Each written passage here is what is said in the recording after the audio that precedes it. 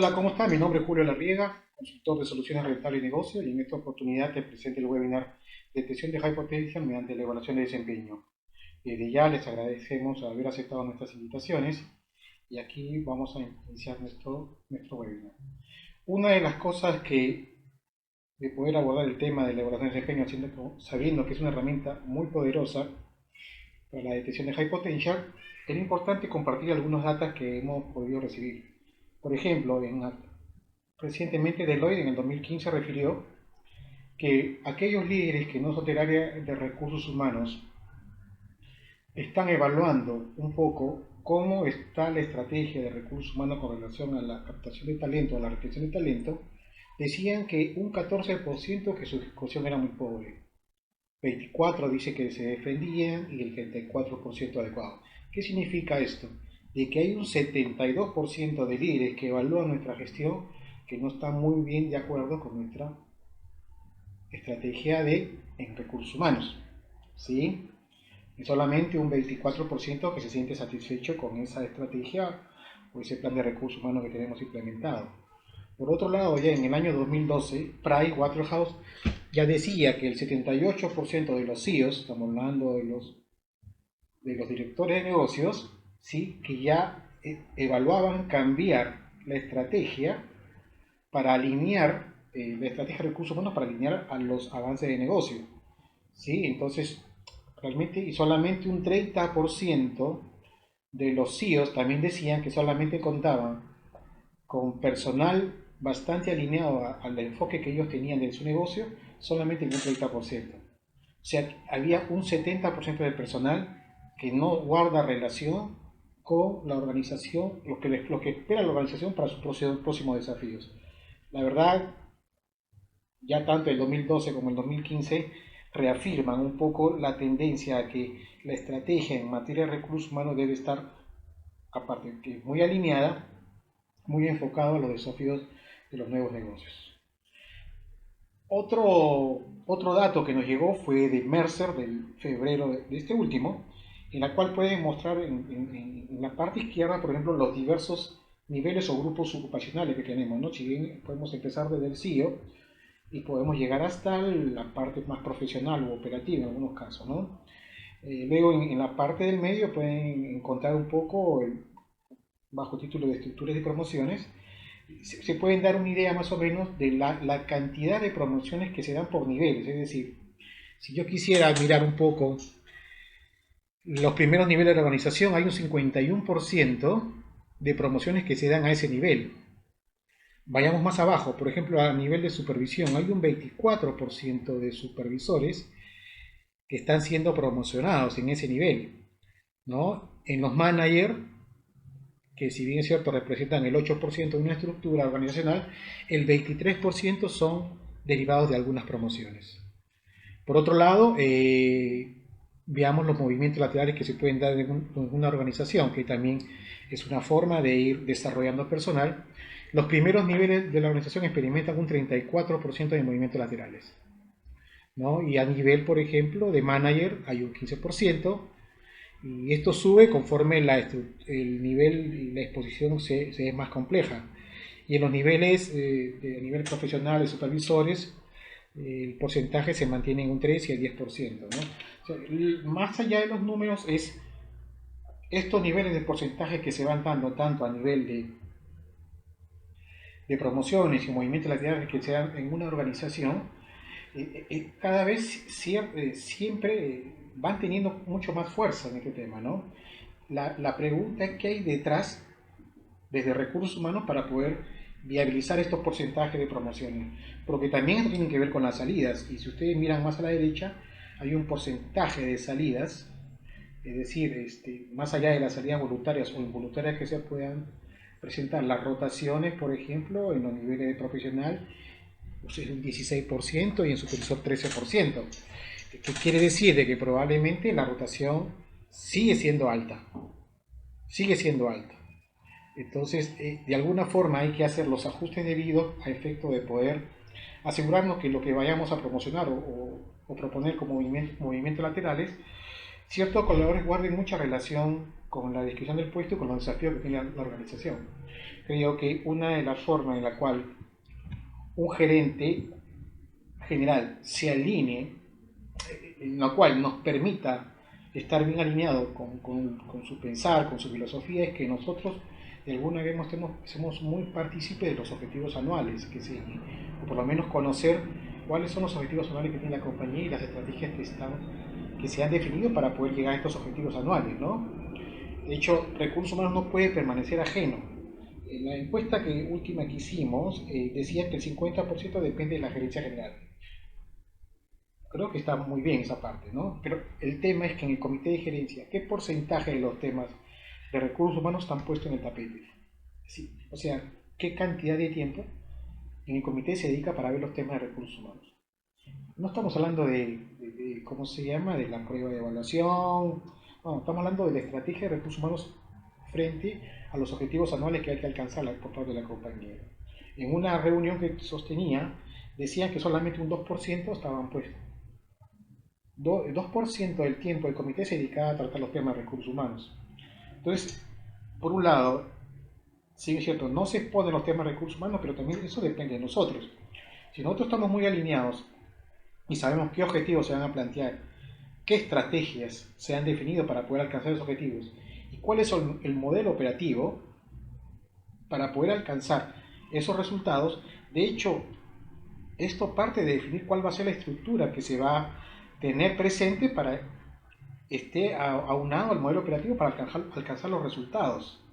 Y dentro de esa estructura probablemente van a haber algunos roles críticos. Entonces, recursos humanos deberá proveer esos recursos teniendo en cuenta el trabajo previo que ha hecho. O sea, no podría recursos humanos en un momento determinado solamente reaccionar en ese momento. Entonces, si no participas, la única posibilidad que tienes es solamente reaccionar en ese momento. O salir a buscar afuera, ¿no?, que va a ser lo más lógico y que de alguna forma es donde ahí puedes generar el quiebre con el gerente general o el CEO, en la cual la capacidad de respuesta de nuestra parte para tener recursos humanos acorde al modelo operativo, a esa estructura que vaya a conllevar a alcanzar esos objetivos, no está preparada porque no tenemos la gente preparada. Entonces, ahí recursos humanos tiene que trabajar mucho con los programas que ya que existe dentro de la materia de recursos humanos, pero creo que el desempeño es uno de los procesos claves y pilares que no le han dado mucha fuerza hoy en los negocios, ¿no? Porque solamente muchos de ellos son tomados para solamente cuando hay que hacer renovaciones de contrato, ¿sí? Cuando hay una renovación de contrato, lo primero que dice, ¿cuál es la evaluación de desempeño? Y la verdad creo que por ahí no pasa la evaluación de desempeño, tiene otras finalidades, entre ellas el tema de la formación de estos cuadros, que van a estar disponibles cuando los objetivos y las estrategias se planteen cada año.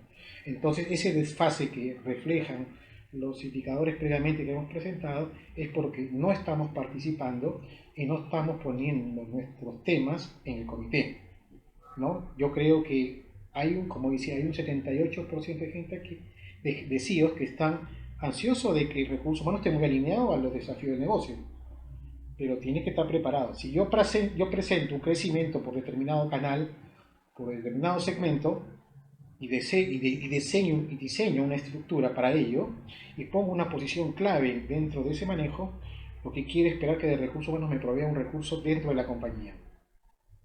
La gente que está en la compañía ya conoce la cultura, conoce la forma de trabajar de esta empresa y es lo más viable que podría estar alineado para poder ocupar una de estas posiciones. Si no podría de alguna forma recién iniciar la búsqueda. Eso lo que hace es retrasar el avance del negocio. O sea, no tener cuadros preparados para estos objetivos que se plantea la gerencia general, la verdad lo único que hace es retrasar. Y es por eso ahí la distorsión y la distancia entre lo que plantea el gerente general y lo que plantea recursos humanos. Probablemente en la práctica deben ser dos líneas paralelas que se manejan con distintas aristas, con distintos enfoques. Creo que si nosotros participamos más activamente en el comité, poniendo los temas, trabajando en los programas de recursos humanos, vamos a estar en la capacidad de comenzar a coberturar todas esas necesidades de recursos humanos que se puedan presentar como parte de los objetivos anuales que plantea el negocio. Todo plan de recursos humanos, de hecho, tiene tres pilares, entiendo yo, de programas que podrían sí estar establecidos en cualquier compañía. Uno de estos es el programa de gestión de desempeño que vamos a comentar ahora, el tema de compensaciones, que tiene que ver con la descripción, valoración y administración salarial, y el tema del plan de sucesión, que es un proceso de poder incorporar gente bajo ciertos requisitos, en la cual se permitan evaluar los puestos críticos, reforzar esto con una evaluación de potencial y un test de intereses y motivación. Entendemos que toda organización tiene un diccionario de competencias. Entiendo también que toda organización o que el área de recursos humanos ya tiene instalado dentro de su compañía políticas claras de recursos humanos, ¿no? Porque esto van a ser la base para poder desplegar todo este tipo de programas, ¿sí? Bueno, ¿cómo es un proceso de evaluación de desempeño de manera convencional? Lo que existe siempre es que creo que gran parte de las organizaciones tienen ya instalado este proceso de evaluación de desempeño, ¿no? Muchos de ellos bajan objetivos cada año, los incorporan dentro de su revisión de objetivos a todo su personal. Entiendo también que hay un modelo de competencias donde se establecen los comportamientos requeridos y entre jefe y colaborador comienzan a evaluar estos objetivos y competencias de un periodo pasado. Esto llega a recursos humanos, ¿no? Como parte de este proceso. Previamente ya los jefes han hecho una entrevista de feedback para poder elaborar un plan de desarrollo o generalmente para bajar los resultados, ¿no? Y luego algunos plantean algún tipo de reconocimiento. Para que tengan una idea, las empresas que llegan a trabajar entre entrevista y feedback y reconocimiento solamente es un 10%. O sea, ¿qué quiero decir? Que todo el mundo se concentra en la revisión de los objetivos y competencias. Muy poco bajan feedback de esos resultados y menos todavía hacen un tipo de reconocimiento. Y menos todavía hacen revisión de estos desempeños. Porque al final el concepto que tienen es que este es un evento que ya está pauteado y hay que hacerlo. No podemos hacer más y bueno, esto corresponde a que tenemos que cumplir con el cronograma ya establecido para este plan de desempeño. De hecho, hay una serie de dificultades o problemas que vamos a identificar porque esta evaluación de desempeño va perdiendo vigencia en el tiempo, ¿no? Otra de las cosas que decían es que por qué el feedback de 360 o la evaluación 360 no podría ser una herramienta que podría evaluar. Yo lo que rescato acá es que el hecho de que una organización tiene que encontrarse madura para poder implementar un sistema de 360, ¿no? De hecho, porque creo que nadie es todavía, no sé si nadie es, pero sí gran parte del personal no está dispuesto a recibir una evaluación en los 360, es decir, del de arriba, del jefe inmediato no hay ningún problema porque siempre lo han hecho, de los pares y de mis reportes directos. La verdad, tiene que de alguna forma garantizarse que estas evaluaciones a nivel de pares y reportes directos encuentren en los evaluados una maduración para que esto no sea tomado a modo personal, ¿no? Entonces, de alguna otra forma pueda entender de que esto es parte de la mejora, pero esto no es de la noche a la mañana. Entonces, habría que ver si la organización está preparada, ¿no? Pero si estamos en un proceso de estructuración, no debiéramos pasar por un proceso de 360.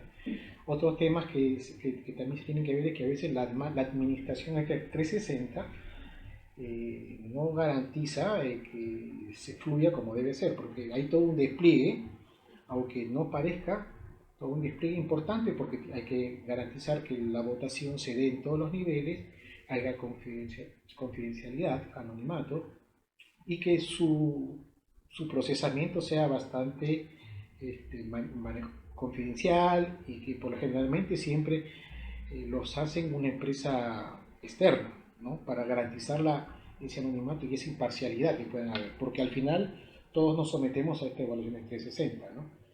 Y de hecho, como es más complejo, hay que trabajar más con los jefes para explicar de qué se trata esto, ¿no? Y sobre todo, cómo vas a tomar tú si te llega una evaluación segmentada por los diferentes ítems, tanto de tus jefes inmediatos, tus pares y tu reporte directo, cómo vas a reaccionar cuando veas esa evaluación, ¿sí?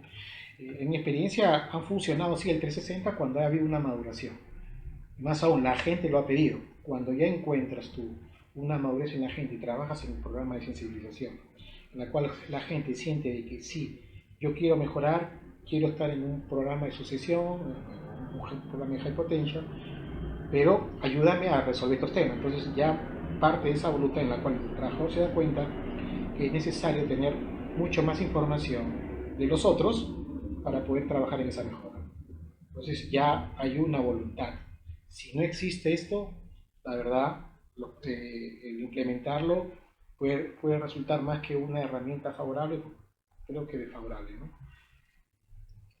Ok, entonces, ¿qué impide que los programas de desempeño pierdan efectividad, ¿no? De hecho, una de las primeras causas es que es un foco inadecuado de los jefes, ¿no? De hecho, dice que los jefes no se sienten responsables por el desempeño de su gente. 96% dicen ellos, ¿no? Más aún, dice no tengo tiempo para hacer eso y por último no me pagan por hacer esa evaluación. Después, muy pocas organizaciones monitorean cómo se desarrollan estos empleados, ¿no? O sea, queda en la evaluación, hay un plan probablemente escrito, pero no hay un seguimiento de cómo se da este desarrollo. De hecho, de que también es importante monitorear a los jefes, o sea, qué está pasando con ellos, ¿no? Con los desarrollos, realmente se monitorea el desarrollo. Entonces, creo que hay que ubicar en esta primera variable que podría prestarle efectividad a la gestión de desempeño, es ponerle foco a los jefes, ¿no? El siguiente es las capacidades insuficientes de los jefes, ¿no? De hecho, para trabajar en estos temas de desempeño hay que tener cierta habilidad, ciertos conocimientos para trabajar el desempeño de su gente. De hecho, probablemente puede haber una comunicación inapropiada. O sea, yo en los jefes, por ejemplo, una de las recomendaciones que se piden en el desempeño es que nunca se bajan los números. ¿Sí? Entonces, probablemente, ¿cómo inicio un feedback? ¿Qué le digo? ¿Yo hablo más en el feedback o habla más mi reporte directo? Entonces, hay que trabajar en esa, en esa capacitación a los jefes con relación a este trabajo para que puedan encontrar una buen foco y un buen alineamiento de lo que deberían estar comunicando, ¿no? Por otro lado, Recursos Humanos tiene que dar mucho soporte en estos temas, no puede estar ajeno de comenzar a entrenar a los jefes para poder cómo deberían, por ejemplo, hacer la evaluación, cuál es la perspectiva, el propósito de esta evaluación de desempeño, cómo son los planes de desarrollo, cómo debemos hacer los seguimientos, qué debemos decir en los feedback, una serie de cosas, ¿no? El otro tema que es la falta de claridad en la definición de quién es el responsable de la mejora del desempeño, ¿no? A veces eh, uno tiene un jefe inmediato, ¿no? Sí, y probablemente algunas posiciones interactúan a todo nivel, con mucha gente. Entonces la idea de alguna forma es que con quién yo debiera yo hacer, quién es el que debería hacerse responsable del desempeño de esta persona. Indudablemente es el jefe inmediato, ¿sí? No hay otra persona que se encargue. Solo en caso de una dependencia funcional, ¿sí? Una dependencia funcional, la evaluación de desempeño se tomaría en cuenta. Pero la que tendría más peso es la del jefe inmediato. Es el que ve el día a día de la gestión de la persona, ¿sí? Otra de las variables que hacen que pierdan efectividad es la desconexión entre la performance o el desempeño y la estrategia de negocio. Esto es lo que decíamos un poco al inicio cuando hablábamos del alineamiento, ¿no? De hecho, se establecen objetivos mucho en la evaluación de desempeño de muy corto plazo, ¿no? O sea, se piensa más en el hoy, ¿no? Y de hecho, el feedback es muy puntual y no se centra en muchos casos en la mejora de desempeño. En algunos casos no hay ni feedback. Y otra de las cosas es que y se pierde la oportunidad de que el poder trabajar en desempeño permite trabajar en la mejora de las competencias por los desafíos que tiene la organización. Si yo estoy buscando una persona para un objetivo, en una estructura que tiene que ver mucho con influencia y negociación, Pues entonces tengo la oportunidad dentro de mi reporte, si tengo un tipo destacado en esta competencia, poder trabajar en esa mejora y verlo con esa perspectiva de irlo preparando, ¿no? Y por eso en este proceso de desempeño, el no trabajar bajo este enfoque, es decir, en trabajar en la mejora de estas competencias y reconociendo a aquellos que han tenido un muy buen desempeño en estos temas, hacen que probablemente perdamos un poco la brújula y decir, perdamos la retención, la posibilidad de poder retener a una persona. ¿Qué pasa si un trabajador tiene 2 años, 2 periodos de muy buena evaluación de desempeño? Entonces, si no le hacemos un feedback, bueno, ni le decimos que el hombre está bien. Y por último, ni comunicamos cuál es el reconocimiento que pudiéramos darle. Probablemente pudiéramos asignarle algún proyecto de pequeña magnitud, como parte a ese logro que ha tenido, ¿cierto? Entonces, ahí donde podemos generar unas pérdidas de recursos por no cumplir con estas últimas partes de la parte del desempeño, últimas etapas de la parte del desempeño. Sí, y sobre todo pensando que de los recursos de la evaluación de desempeño tienen que comenzar a calzar a los distintos proyectos de la organización que tiene, ¿no? Otro tema son las fallas de la ejecución. De hecho que el tema del desempeño eh, tiene objetivos muy claros que deberían definirse al inicio del lanzamiento anualmente de cada programa de gestión de desempeño, ¿no? Las distintas líneas de la organización tienen que estar bastante también alineados con los objetivos que se persiguen en este plan de desempeño, ¿no?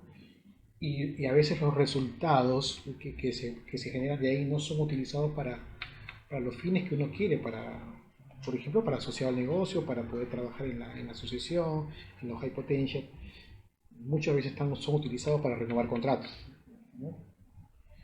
Y de hecho, al quedar la evaluación de alguna otra forma entre el jefe y colaborador, la apreciación del desempeño queda a ese nivel y esto no se amplía.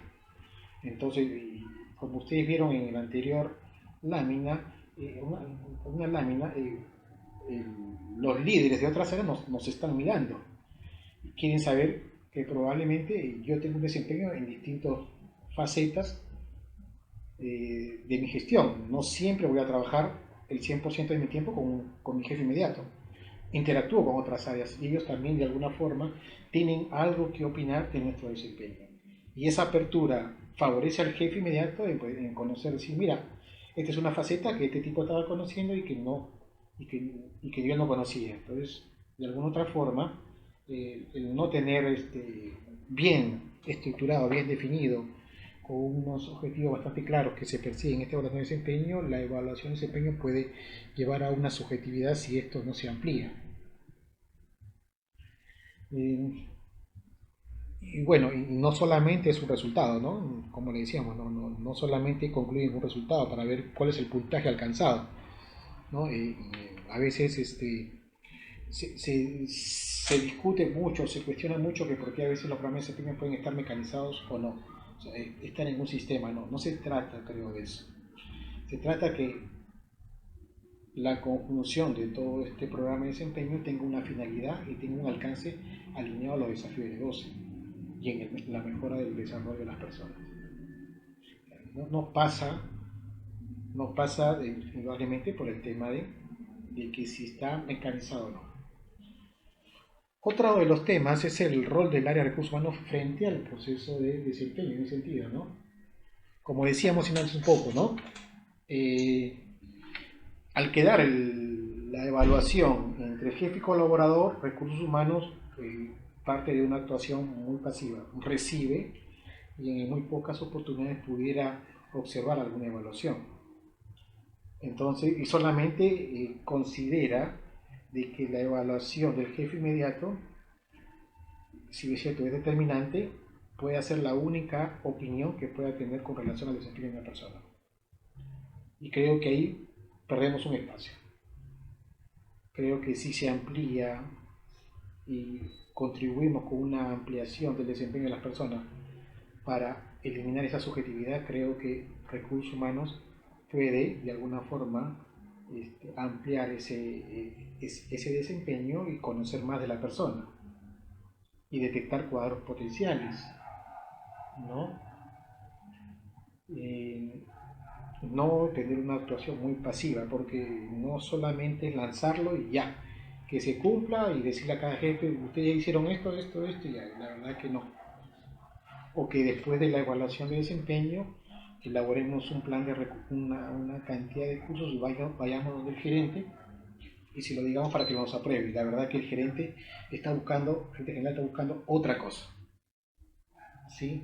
Entonces, de hecho, en su lanzamiento debe estar enmarcado dentro de una estrategia muy clara de comunicación y saber qué se va a evaluar, ¿no?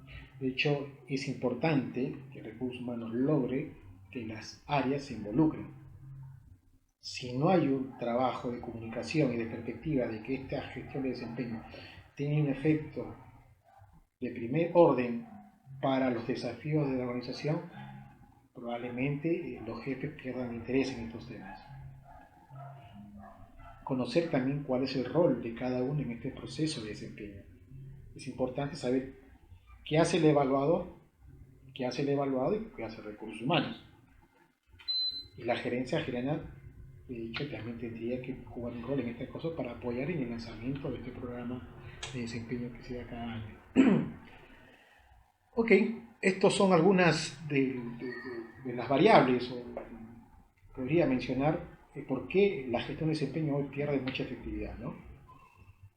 Entonces, si no es la evaluación convencional entre jefe y colaborador y no es el 360, entonces el proceso de gestión de desempeño de 180 grados llamado PGD sería la herramienta intermedia que podría de alguna forma alentar a que los recursos humanos tengan una mayor participación en estos temas. De hecho, cuando hacemos este programa de gestión de desempeño, podemos integrar la evaluación de los objetivos, es decir, los resultados que ha alcanzado la persona y los comportamientos requeridos, ¿no?, para lograr los objetivos de vida. De hecho, entonces, ¿en qué se distingue, qué se diferencia? Es que no se logra un resultado, es un proceso, porque yo constantemente voy a estar evaluando a las personas, voy a hacer un seguimiento a su desarrollo, ¿no? Tengo revisiones establecidas, no solamente me estoy enfocando en el número de ahora, del resultado que alcancen, sino también mirando que sus competencias pueden ser tomadas en cuenta en una mejora para los desafíos de los próximos años, o por qué no del ejercicio. Y de hecho, lo que hacemos es un poco, es poder tener un acuerdo del desempeño y de las expectativas que se puedan generar entre jefe y colaborador. Ahí es donde cambia la cosa. O sea, no solamente es una bajada muy típica de la cual hay que hacer estos temas y hay que plasmarlo y hay que cumplirlo y quedó ahí papelado, archivado hasta el próximo año. No es un proceso estático como lo dice ahí, ¿no? Todo con la finalidad de que el proceso de gestión de desempeño que se realice esté muy alineados a las acciones que la compañía esté estableciendo para el logro de sus objetivos. Anualmente la compañía establece sus objetivos. Pone en su mira crecimientos en distintas líneas. Y las líneas operan con las estructuras. ¿Y quién ocupa las estructuras? Son las posiciones. ¿Y quién está detrás de las posiciones? Los trabajadores. Es así. Entonces es importante tener claro el objetivo de un proceso de gestión de desempeño en 180 grados. Y ahora vamos a explicar por qué se diferencia y por qué 180 grados, ¿no? De hecho, ¿cómo sería una evaluación de 180 grados? Usted puede ver una lámina en la cual, por ejemplo, la persona que está mostrando el desempeño de todos los reportes de todos esos jefes es la persona que modera esta revisión de desempeño dentro de este estamento de revisión. Es decir, anualmente se siguen bajando los objetivos, se evalúan los objetivos y la competencia entre jefe y colaborador. Esas evaluaciones son puestas en esta reunión de desempeño, donde es una instancia formal donde recursos humanos actúa de moderador frente a los jefes, poniendo en la pizarra la evaluación de todos sus reportes directos y comienza a ampliar el desempeño obtenido, en la cual cada jefe expone la razón de su desempeño. ¿Sí? Y comienza a argumentar por qué un punto X en una competencia, en un objetivo. ¿Sí? Entonces, al argumentar, probablemente más de uno tendrá alguna apreciación, alguna interacción que ha tenido con ese reporte directo en el periodo pasado. Y decir, bueno, a mí me pasó con relación a esta competencia, esta ocurrencia o este hecho. Podría ampliar la ampliación del desempeño de este trabajador. Claro que sí. Más aún, nosotros como recursos humanos vamos a ver in situ cómo el jefe va liderando esta gestión de desempeño dentro de su gente, cómo la va percibiendo. Va encontrando cuadros de potenciales con relación a ciertas competencias que nos interesan ver para, por ejemplo, para llevarlos a un plan de desarrollo mucho más agresivo como es el plan de sucesión. Vamos a poder observar todas esas cosas. Entonces, recursos humanos comienza a moderar esta reunión. Es una reunión, dependiendo de la cantidad de reportes que se revisen ahí, 3 a 4 horas.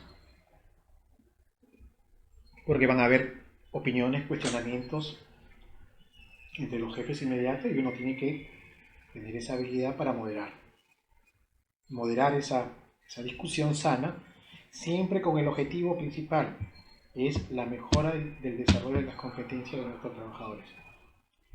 ¿Sí? Porque este proceso conlleva a potenciar cuadros para para los siguientes desafíos que la compañía tiene. Entonces, creo que ahí recursos humanos gana mucho en poder tener una visión de primer orden de la evaluación de todo el personal, cosa que no sucede en el anterior, porque solamente resecciona. Aquí modera y puede con su habilidad, con su manejo, poder a los jefes llevarlos a que determinada persona, colaborador, pueda ser revisado mucho más ampliamente su desempeño y destacar ciertas cualidades que no se han podido visualizar hasta ese entonces. ¿Sí? Eso es el 180. Luego continuamos con la entrevista y feedback, conlleva obligatoriamente un plan de desarrollo, no solamente en la hora, sino en el futuro, ¿no? Que eso conlleva a mejorar la performance. Y terminamos con un reconocimiento. Pero un reconocimiento, no por darlo, esto está en función a la segmentación de esos resultados que más adelante lo vamos a ver. Y ese va a ser la señal, pero es un factor clave, es la señal para que ese feedback conlleve a la modificación de la performance del colaborador. Si no hay reconocimiento, difícilmente la persona en su feedback no va a modificar la performance. No lo va a hacer. Pasaron 2 años de muy buen desempeño y nunca me dieron un reconocimiento al respecto. Por lo menos me dijeron, muy bien, que está bien, te vamos a asignar estas cosas. No estamos hablando de dinero, ¿eh? Estamos hablando de reconocimiento a su desempeño. ¿Cómo va a poder mejorar su performance? Va a encontrar que es un evento anual, es un proceso que se lleva cada año y al final tiene un resultado y más están preguntando el número que alcancé y la verdad en feedback nunca se avisa un número. Totalmente prohibido decirle a un trabajador te sacaste 5, 4 o 3 en el feedback. Totalmente prohibido. ¿Sí? De hecho, el trabajador cuando vea de que su desempeño ha sido puesto en el tapete en una reunión de los jefes parte en la cual ha ampliado su desempeño, es que los otros jefes me están mirando. Es el enfoque totalmente distinto. No nos quedamos en este tema de solamente conocer la evaluación entre jefe y colaborador. El trabajador gana mucho con este tema y recursos humanos con mayor razón porque tiene ya toda la gama de resultados y de apreciaciones con relación al desempeño de ciertas personas y poder rescatar mucho de los cuadros potenciales para esos niveles. Bien, de hecho, como lo decíamos al inicio, entendemos que toda compañía tiene para poder medir los comportamientos requeridos un diccionario de competencias, ¿no? En la cual la primera parte está asociada a las habilidades, a la cultura de la compañía, ¿no? Y esto tiene que ver con el manejo de ciertas habilidades, actitudes y valores que queramos que los trabajadores tengan, ¿no? En una de las preguntas en la encuesta que me decía, ¿cuáles eran más importantes, ¿no? Las competencias blandas o duras? Las blandas entendemos que son las corporativas, Yo creo que las competencias corporativas son clave para la incorporación de una persona. O sea, no podemos tener que todos tengan 5, de una escala de 1 a 5 con relación a las competencias corporativas, pero sí en un nivel de aceptación porque va a ser más fácil adaptarlo a la cultura de la compañía. O sea, no podría pasar un tipo que tiene una flexibilidad 1 o 2 para ocupar un puesto de liderazgo si a pesar de este resultado lo incorporas a la compañía porque tiene un peso más importante la competencia dura, es decir, aquellas competencias que tienen que ver con el nivel o una competencia mucho más específica con el trabajo que está realizando. La compañía se mueve en función a una cultura y eso es lo que debe primar en un proceso de selección. Entonces, entendemos que toda empresa debe tener un diccionario de competencias en la cual están plasmados los comportamientos, segmentados distintos comportamientos esperados para las competencias corporativas y para los distintos niveles. De hecho, debe haber alguna competencia específica para los analistas profesionales, para la gerencia media y para la alta dirección. Y aquí pueden ver un ejemplo, ¿no? Arriba ustedes pueden ver la definición de la competencia, el comportamiento esperado de esa competencia para el nivel operativo, por ejemplo, en flexibilidad. Distinto comportamiento o mucho más demandante que se le pide a un analista y profesional. Y ni hablar del gerente y director, que es un comportamiento mucho más desafiante. Pues no solamente tener la competencia, sino evaluar de acuerdo a la posición y la persona que se está evaluando. No le vamos a pedir a un operativo, a un analista, lo mismo que se le pide a un gerente en el tema de flexibilidad.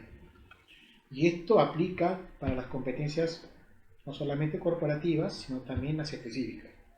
En este caso, ustedes pueden ver al costado el pensamiento analítico, que también se evalúa solamente para lo que son analistas y profesionales y mandos medios y gerentes. ¿Sí? A un operativo no se le pide eso. ¿Que lo puede hacer? Claro que sí. Y eso llamaría la atención. Y eso tendría una observación para mirarlo como un potencial. El cuadro que podemos ver para ciertas posiciones a ese nivel, ¿no? Pero si quisiera yo pedir más a los niveles analistas, profesionales y gerentes medios, una de las competencias que tenemos establecidas es el pensamiento analítico, que es la decomposición de un problema, cómo analizas un problema, ¿no? Que tú no estás buscando que un tipo que te venga a cantar los problemas, sino cómo te plantea el análisis del problema y te dé 3 soluciones, por ejemplo, con relación a ese problema. Y ese ya es un pensamiento mucho más en adelante, en la cual una persona tiene que estar trabajando, ¿no? Es un trabajo, esta competencia se desarrolla, ¿no?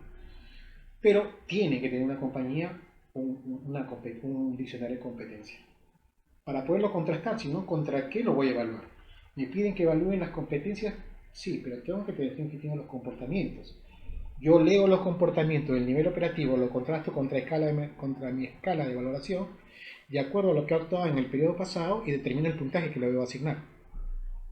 Y tengo lo seguro que si el colaborador sabe el contenido de esta competencia y es consciente, y ese rol del jefe, hacerlo entender de que estos comportamientos no se están llevando a cabo, entonces no es la persona, no merece una valoración apropiada. Mal haría ponerle un 3, un 4 y un 5. No le hace, podría entenderse que el jefe le estaría haciendo un favor al colaborador, o el jefe evitar algún problema, pero le está restando la oportunidad a un colaborador de que pueda desarrollar esa competencia y pueda verse en otra posición en el futuro. Ese es el mayor, creo, inconveniente que tendría el no trabajar, evaluar bien como corresponde. El mensaje que quiere dar en esta valoración.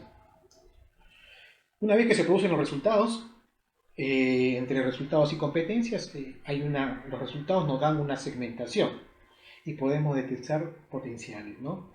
No significa que en la primera evaluación, si tengo gente de muy buenos resultados y de muy buena competencia, sea un high potential. No. Tiene que haber una recurrencia. Cuando un recurso está en el segundo y tercer periodo de revisión de desempeño y está en este nivel de sobresaliente, es un cuadro, es uno de los requisitos que podría formar un candidato para ser high potential. Incorporarse a un programa de high potential o de sucesión, como lo quieren llamar, que tiene un tratamiento totalmente distinto que el resto de lo demás, ¿no? Por eso que es importante segmentar lo que pasa, y por eso cuando decíamos en una de las láminas anteriores, en una de las láminas anteriores de los datos que decíamos que solamente un 30% de los CEOs decían que tenían personal con un desempeño satisfactorio. ¿Qué significa? Que el 70% está insatisfactorio. Entonces, ¿cómo puedo yo con un 70% que no está al nivel, al alcance del desafío, pueda yo alcanzar los objetivos? Es la importancia de tener una segmentación de los resultados y la detección de estos cuadros de potenciales. Y luego ya hablaremos qué otras variables deberían incorporarse para hacer una detección de potenciales, ¿no? O sea, estamos hablando de otras cosas. Ok. Y esto es si tuvieras un Excel lo podría hacer así, ¿no? En la cual, ahí pueden ver, el que está con 3 es un tipo que está a nivel de 4, a nivel de la escala de 4 en resultados y competencia. Entonces yo le pondría foco. Generalmente los potenciales no son muchos, pero sí hay cuadros que sí prometen ser potenciales, que podrían estar entre el 4 y el 14. Y podría yo tener dos cuadros de potenciales en los cuales gente que ya que podría estar en capacidad en un corto plazo ocupar ciertas posiciones de primer nivel y el otro grupo que trabajando con mucho más tiempo, con unos movimientos laterales probablemente, podría prepararse como un high potential. O sea, podría ser. ¿Sí? En la entrevista de feedback que conlleva el programa de gestión de desempeño, la idea es que yo, que conozco esta ventana blanca que dice libre, cosas que yo sé, ¿no?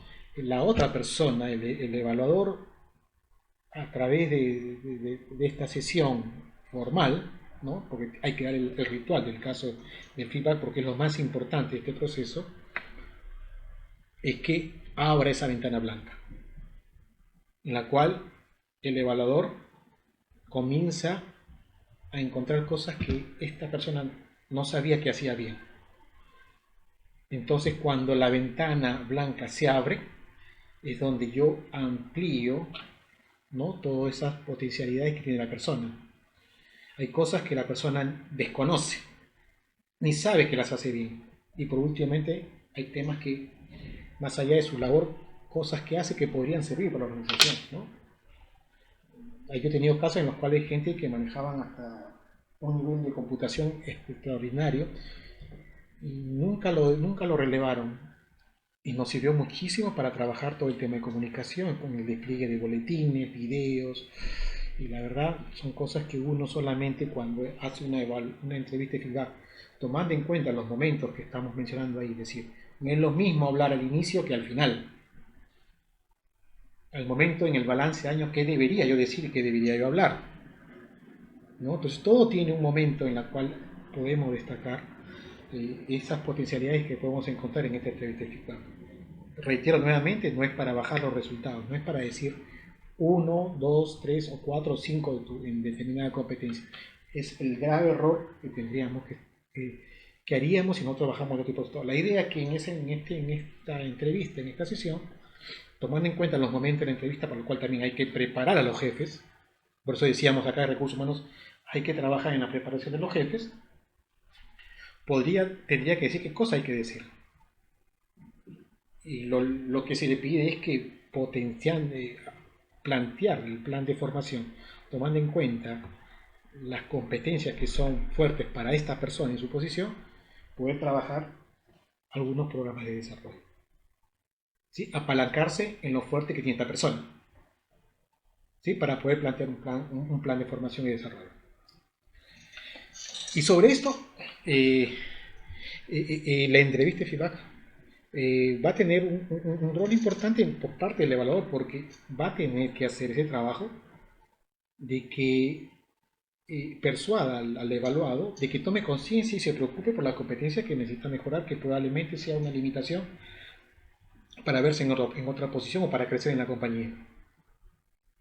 Y lograr que esta persona se haga cargo de eso, ¿sí?, para luego recién pasar a la acción. Interiorizar un plan y comenzar a manejar lo aprendido en este plan que se quiera plantear, ¿no? Y de hecho los desarrollos tienen mucho más fuerza cuando se exponen a situaciones desafiantes. El feedback contribuye en un 20%, como lo dice ahí. Pero el 70% es cuando tú le pones una situación desafiante, ¿no? Lo acompañas en ese proceso para resolver esa situación. Es donde él le pone en toda su exposición las competencias que tiene que manejar. Y solamente los cursos te pueden dar un 10%, o lecturas un 10%. Por eso que cuando uno tiene un desafío interesante para una persona que está dentro de esa carrera que ocupa, en esa área que ocupa, no es mandarle un curso, porque el curso a veces no está ni alineado con el desafío que se pide. O lo que se pide para ese desafío es un 10 o un 20%. Entonces, el error que se comete es preparar una lista de cursos y mandarlos y decir, bueno, acá a los 3 meses o al mes regresas tú con todo ese conocimiento para implementar ese desafío. Y la verdad, el desafío a veces pasa por otro tipo de temas, no necesariamente por conocimientos, son sobre todo actitudes y habilidades, ¿sí? O que tenga que lidiar a un nivel mucho más desafiante. La agenda para implementar un programa de desempeño es que pongámosle que revisemos en el año 2015, en este caso, en el mes 12, se relevan todos los objetivos y los desempeños, jefes y colaboradores se sientan y tienen ya la valoración del desempeño, de los objetivos y su competencia. No, y cada jefe y colaborador se sienta de acuerdo al lanzamiento que se ha hecho, con el material que corresponda y los formatos que correspondan, y el recurso humano tiene que proveer toda esta información como parte de ese lanzamiento para que obtener un resultado en objetivos y competencias. Al mes siguiente, en el mes 1, se hace la revisión de desempeño. Es decir, recursos humanos convoca a los jefes de una determinada gerencia para revisar el desempeño de todos sus reportes directos. ¿No? De hecho, la idea es, como le decíamos, ampliar un poco la perspectiva del desempeño con relación con la opinión del equipo, de jefes, y poder consensuar y tener ya la opinión de este grupo que está haciendo la revisión de desempeño. Al siguiente mes debiéramos ya trabajar los feedback, por lo cual hay que hacer una sesión con cada jefe para prepararlos en los diferentes momentos de la evaluación, ¿no? De hecho, ya debieran estar bajados los objetivos porque en esa sesión se deben acordar los objetivos para ese periodo. ¿Sí? Entonces, tenemos que preparar mucho a los jefes en ese sentido y establecer los acuerdos. Esto es entre jefe y colaborador. Y en ese mismo mes deberíamos también, como parte de esa sesión de feedback, concluir con la parte de desarrollo de información. Tomando en cuenta, también hay que dar una sesión muy puntual de cuáles son los aprendizajes más exitosos en el tema de desarrollo, como ya lo hemos visto, en situaciones desafiantes. Hoy día, creo, de alguna forma ya hay muchos desafíos dentro del área para poder trabajar. Reunirse en equipo, establecer ciertas metas, trabajar un tema puntual. ¿No? Hay gente que ya tiene hasta maestría y lo seguimos mandando a capacitar a más cursos en el tema porque hay que cumplir con el plan de desarrollo de formación, de evaluación de desempeño. Y este tipo ya llevó todo. Entonces hay recursos humanos también tiene que soportar por estos temas. Se recomienda que en el sexto o séptimo mes hay una revisión de los objetivos porque tienden a cambiar a veces por la misma coyuntura del negocio. Pueden establecer 2 objetivos por periodo, pero yo recomendaría aquí que para el área comercial, como es un área mucho más demandante y mucho más cambiante, dichos objetivos se puedan revisar, por decir, cada 3 meses. O sea, yo, tanto el área de ventas o las áreas de producción, de acuerdo al contexto en el cual se mueven, podríamos estar estableciendo revisiones de objetivos cada 3 meses. ¿Sí? Y un material de apoyo para todo este proceso de desempeño es la guía del desempeño del programa de gestión de desempeño. Debe estar muy claro en esta guía el propósito de este programa, ¿no? Establecer qué hace el gerente, qué hacen los jefes y qué hacen los evaluados. O sea, son roles y roles distintos que ocupa. El gerente va a tener que auspiciar y apoyar y soportar todo este proceso. Los jefes van a evaluar. El evaluado, ¿qué debería evaluar? ¿No? Entonces, la idea es que tengan claramente qué cosas van a hacer cada uno. El modelo de competencias tiene que ser difundido en toda la organización. sea, tengo que saber qué me van a medir. O sea, cuáles son las competencias del diccionario que me va a tocar a mí que me evalúen y cuáles son los comportamientos que me correspondan. De hecho, tiene que haber también los formatos de autoanálisis que se van a aplicar. No todos los formatos se aplican para todo el grupo ocupacional. Hay formatos distintos. También hay un formato para plantear un plan de desarrollo, ¿no? El flujograma de todo este proceso, ¿sí? Cómo es el circuito de todo este proceso, establecer lo que se va a medir, en este caso qué es un resultado y qué es competencia. Por ejemplo, una claridad en el tema resultado es cuando uno plantea un objetivo dentro de los términos, lo que es la definición de objetivo es retador, alcanzable, medible en un periodo determinado.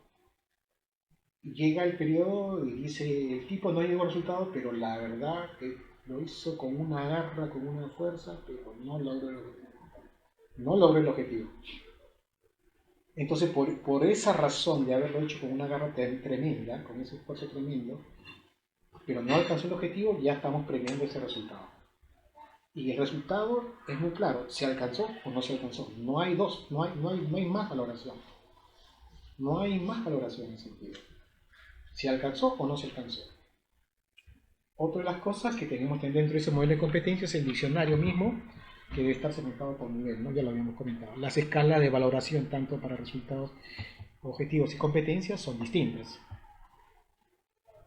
Y sobre todo los diversos formatos de nivel. Esto no solamente es entregar la guía, sino hay que hacer una reunión con los jefes y explicar el contenido y cómo es el proceso. Y resolver todas las inquietudes en ese sentido, ¿no? Esto garantiza que el propósito del programa de desempeño, el programa de gestión de desempeño, guarde relación con sus objetivos y que tenga un input para los procesos que ahora más adelante vamos a ver. Precisamente estamos hablando de que una vez uno detecta potenciales cuadros en la evaluación de desempeño, puede incorporar un plan de desarrollo en un plan de sucesión. Y como ustedes ven, uno de los inputs es la evaluación de desempeño.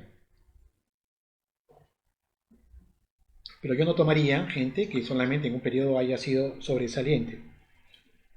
Establece por lo menos un requisito mínimo de 2 para que pueda formar parte de un plan de sucesión. El plan de sucesión está muy orientado a la cobertura de los cuadros de los primeros niveles de la organización, desde la gerencia de línea, si quieres podemos ser jefe de línea, hasta los primeros niveles de la organización.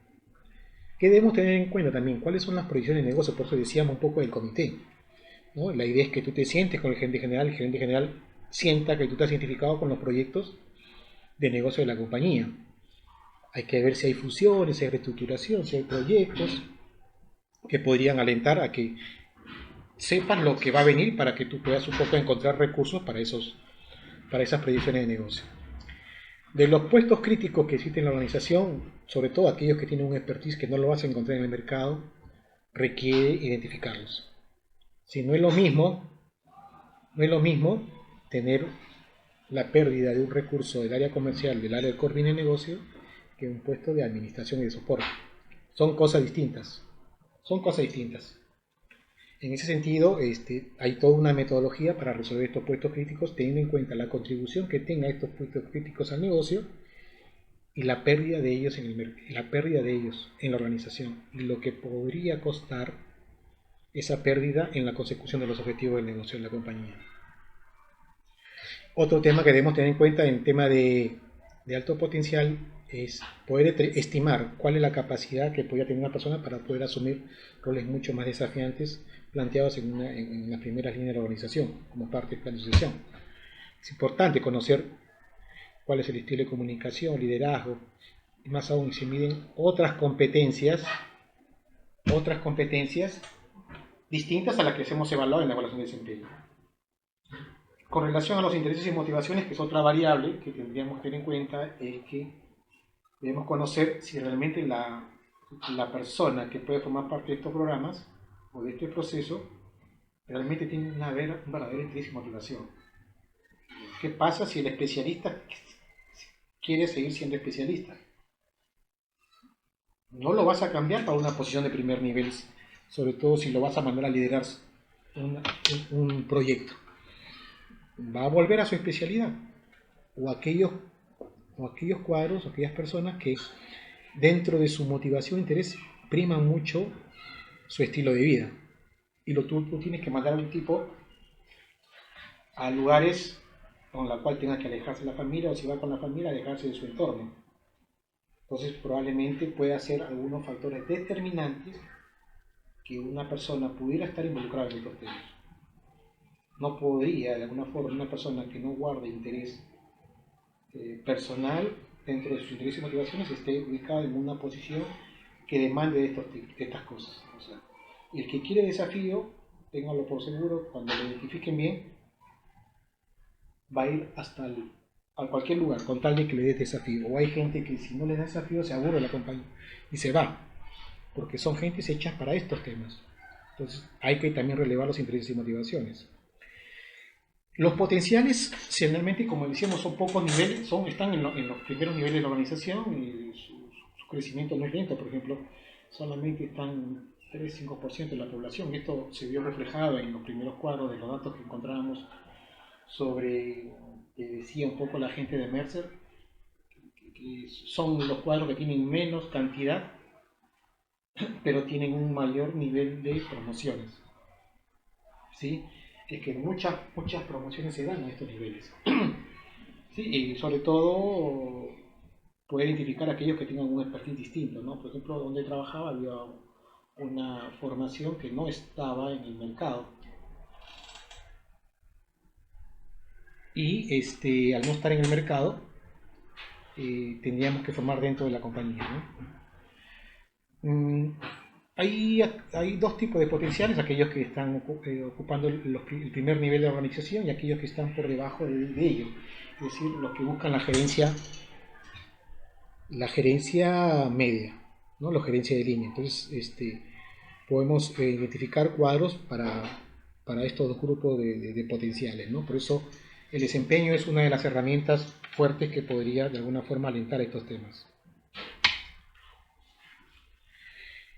Trabajar en desarrollo, como lo hemos visto, y asegura una retención para poder tener una sucesión asegurada, es decir, que tener estos cuadros bastante visibles de los futuros líderes que podrían ser, podemos de alguna forma asegurarnos que la inversión que vayamos a hacer en estos candidatos va a contribuir a una sucesión asegurada de los primeros cuadros de la organización. Esto también responde a tener un tratamiento distinto con las compensaciones. O sea, no son cuadros que van a trabajar como mínimo 2 años, dependiendo si ya están listos o no, y que van a tener acompañado de un plan de compensaciones para retenerlo, si no el mercado se lo lleva. Entonces tiene que tener claramente una política de retención para este tipo de cuadros. Dentro de esta sucesión que habíamos comentado está los potenciales, los puestos críticos, disculpe, en la cual hablábamos de que son aquellas posiciones que tienen que ver con la contribución al negocio y las limitaciones y lo complejo que puede ser su reposición en caso de una pérdida, ¿no? Y que afecta directamente al negocio. Esto se ubica dentro de una matriz de criticidad y tendría un foco mucho más especial estos cuadros, estos puestos críticos. La evaluación de potencial también es una forma de poder obtener información más precisa de algunos de estos candidatos con la finalidad de alinear las expectativas personales de cada candidato con las necesidades de la organización, ¿no? Esto debe plasmarse en un informe ejecutivo para poder garantizar una movilización interna, de ser el caso. Los intereses de carrera, que lo comentábamos, son aquellas áreas de motivación y intereses que tiene cada persona y que deberían guardar mucha relación con el desafío en el cual pensamos nosotros involucrarlo, ¿no? O sea, un funcional debe estar alineado con un desafío funcional en su carrera, ¿no? No mandarlo a una gerencia general cuando él busca la especialidad, es decir, es hacer al contador gerente general. Pues si el contador tiene ese desafío puesto en este interés y motivaciones, quizás debiera ser gerente general. Pero si veo que el gerente contador sigue siendo funcional, me lo muestra a través de su motivación, su interés, no lo podría promocionar, porque va a regresar nuevamente a su especialidad. Bueno, esto es todo lo que yo quería plantear sobre este webinar sobre detección de high potential mediante la evaluación de desempeño. Espero que esta información les sirva. Vamos a continuar ahondando más en estos temas en los próximos vuelos. De nuestra parte es todo. Le agradecemos por su asistencia.